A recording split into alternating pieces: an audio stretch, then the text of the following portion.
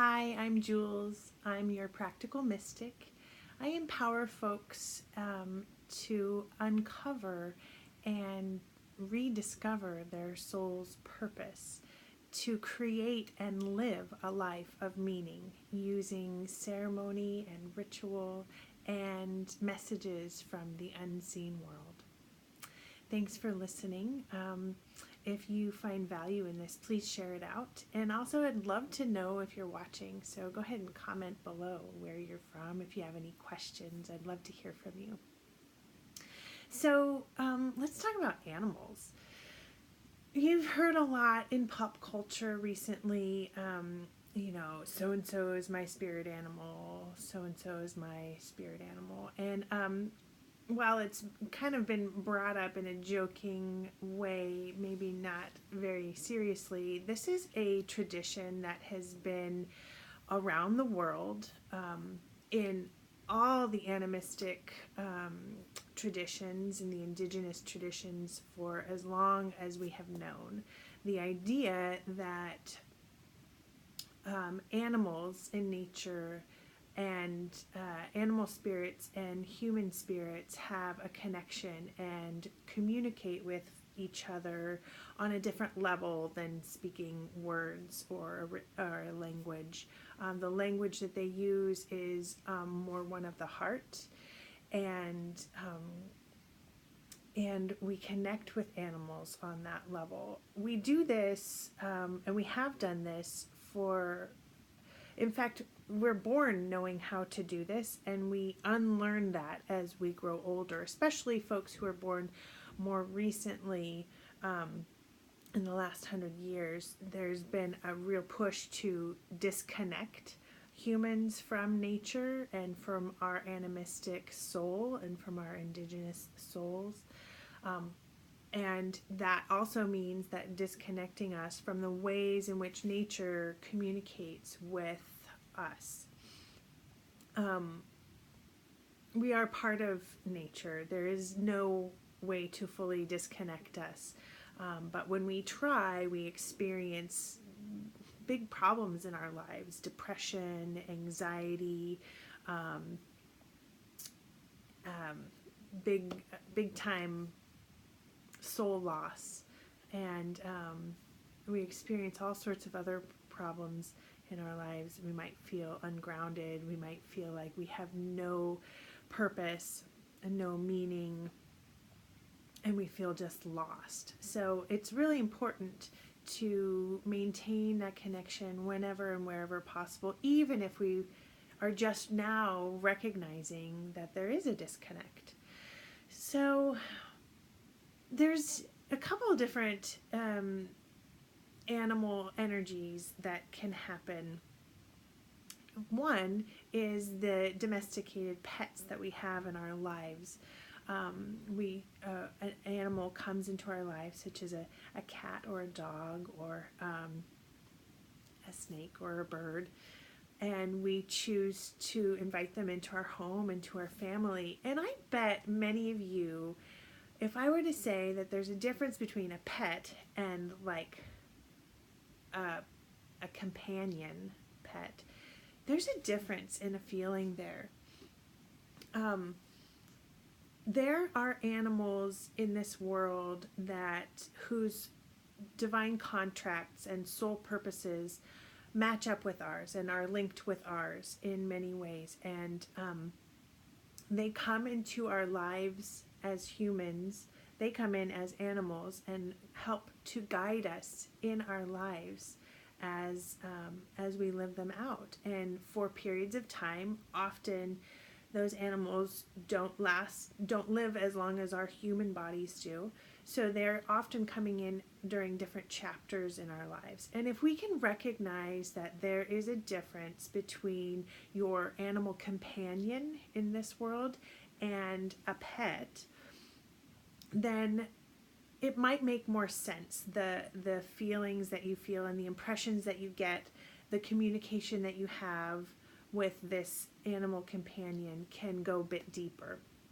Now, first of all, animal companions are often paired with humans to help help the human deal with the massive amounts of energy and information and karma that we are living through in this lifetime.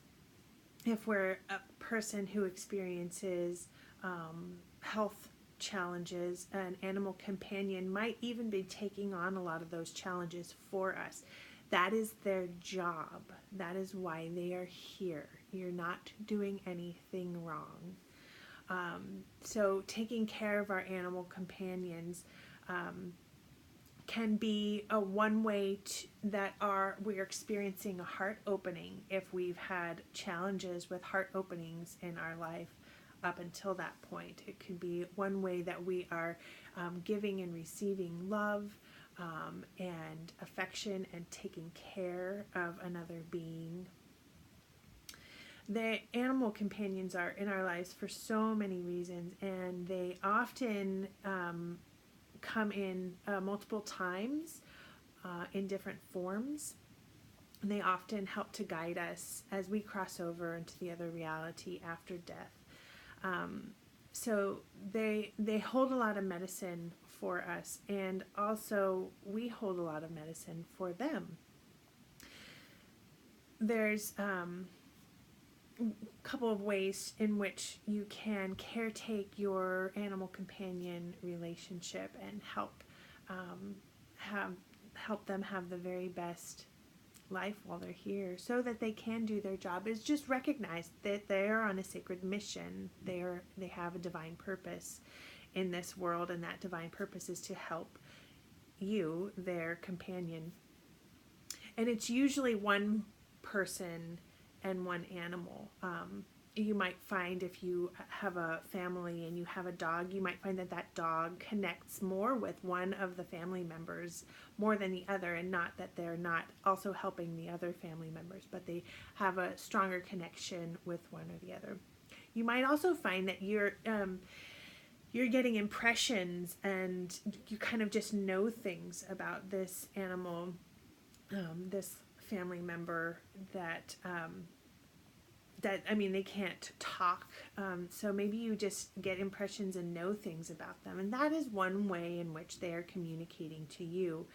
And they are also often a divine reflection of you. So for example, I had a cat for many years, and she was absolutely my love, and I loved her dearly, and she was with me very specifically, and I didn't even realize it until afterwards, during a chapter in my life where I was experiencing quite a bit of challenges with overextending myself. And what I learned was that she was really taking on a lot of the energy that was not good and not useful to me at the time. She became very sick, and I helped to take care of her. But when she passed on, I was sad, of course, but I also had this knowing, this great, and this was before I had studied any of this work, just this knowing that, oh, now I can move on in my life. By releasing that energy that was in her, oh, now my soul can move on to the next chapter of my life. So there's all sorts of different ways in which you can communicate with your animal companion. And there's all sorts of readings you can do on it as well. Go with whatever your impression is, whatever is your gut, and just know that these companions are there as helper spirits, and they're there to help. They're there to help you, and you're not doing anything wrong, and you don't owe them anything other than just caretaking their physical and emotional needs. And then the other thing I want to talk about is this the spirit animals that may come across you while you're out in nature. They may come to you in the dream world. They may come to you in just images that you see every day in your life. If you think back to when you were a child, think back as far as you can remember, and just imagine if you had an animal that you really gravitated towards at some point in your life. And for me, that animal was the jaguar. Um, for some reason, for whatever reason, I never had met a jaguar in my entire life, but I drew this animal a lot. I don't know if it came to me in my dreams, but I tended to pick up books about it. I remember doing a report on a jaguar at some point in my early schooling days when we did reports. And I remember drawing pictures, and it would show up in my artwork. I would choose stuffed animals. I would just gravitate towards this animal a lot. My son, for example, really is impressed with lions, and they're a big deal in his life. And he always tends to pick images that represent a lion or learn about lions. And so these are examples of how the medicine of an animal can come and teach us in our everyday. Now, for whatever was going on for me at that young age when I was really gravitating towards the jaguar, the energy of that animal was lending me something on a deeper level than even words can describe. And it didn't take me going to see a medicine person or somebody to describe this to me for me to benefit from that energy. Now, in the present day, because I have more of a vocabulary and I have more of a communication with the natural world, and definitely more connection with my dream world, I will ask for, just before I go to sleep, if I'm having a challenge in my life, I will ask for a helper to come. And oftentimes, this helper comes in the form of an animal in the dream time. Now, a lot of people associate this with North American indigenous medicine, but these are practices that you see replicated everywhere in the whole wide world, in every culture. When our wisdom traditions were deeply connected to the earth, humans would learn from the animals that came across their path. Now, you can get a book about what various animals mean. You can also learn to exercise that muscle of intuition and go with your first instincts, your first impression of whatever that animal means for you. For example, the other night I had a dream, and there was a bear in my dream. And now this was a big grizzly bear in my dream. Now, grizzlies are traditionally, in the wild, they can be aggressive.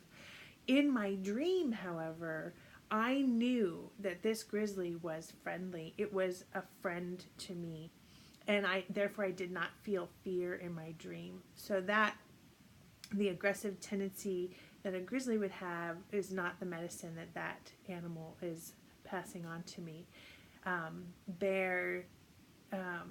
I was mostly concerned with this bear's claws, and so the medicine of the claws for a bear, for me, in that dream, meant something. I took that dream to mean that there's some medicine here for me to access my inner strength that already exists within me, that I just need to access it and in order to step out more fully into the world. So I didn't learn that from any particular book. I learned that from just the first impressions that I got from this animal in the dream time. And you can do this on your very own.